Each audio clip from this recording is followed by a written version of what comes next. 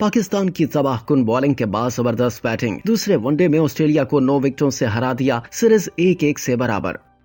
3 ایک روزہ میچوں کی سیریز کے دوسرے میچ میں پاکستان نے آسٹریلیا کو 9 وکٹوں سے شکست دے کر سیریز 1-1 سے برابر کر دی۔ ایڈیلیڈ میں کھیلے گئے میچ میں پاکستان کے کپتان محمد رضوان نے ٹاس جیت کر فیلڈنگ کا فیصلہ کیا۔ آسٹریلیا کی جانب سے اننگز کا آغاز جیک فریسر میک گرچ اور میتھیو شارٹ نے کیا، لیکن دونوں کھلاڑیوں کو شاہین شاہ آفریدی نے آغاز میں ہی پویلین لوٹا دیا۔ جیک فریسر 13 رنز بنا کر کیچ آؤٹ ہوئے، جبکہ میتھیو شارٹ کو شاہین نے LBW کیا۔ آسٹریلیا کے تیسرے آؤٹ ہونے والے کھلاڑی جوش انگلز تھے، جو 18 رنز بنا کر ہارس راؤف کا شکار بنے۔ مارنس لیوشین کو بھی ہارس نے ہی پویلین کی راہ دکھائی۔ محمد حسنین نے آسٹریلیا کے سیٹ بیٹر اسٹیو اسمتھ کو 35 رنز پر وکٹوں کے پیچھے کیچ آؤٹ کرایا، جبکہ ایرون ہارڈی اور گلن میکسویل کو ہارس نے اپنا شکار بنایا۔ مچل سٹارک کو نسیم شاہ نے بولڈ کیا، جبکہ آسٹریلوی کپتان پیٹ کمنس ہارس راؤف کے 5ویں شکار بنے، جبکہ آخری وکٹ شاہین شاہ آفریدی کے حصے میں آئی۔ پاکستان کی جانب سے ہارس راؤف نے 29 رنز دے کر 5 کھلاڑیوں کو آؤٹ کیا، جبکہ شاہین شاہ آفریدی نے 26 رنز دے کر 3 وکٹیں حاصل کی۔ ایک وکٹ محمد حسنین اور نسیم شاہ کے حصے میں آئی۔ 164 رنز کے ہدف کے تعاقب میں پاکستان کی جانب سے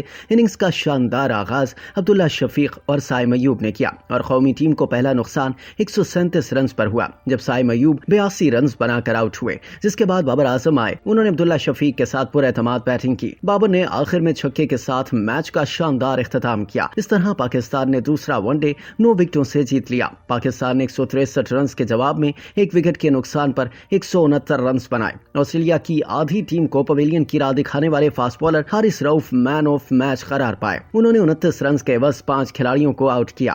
یاد رہے کہ 3 ایک روزہ میچ کی سیریز کے پہلے میچ میں آسٹریلیا نے پاکستان کو دلچسپ مقابلے کے بعد 2 وکٹوں سے شکست دی تھی۔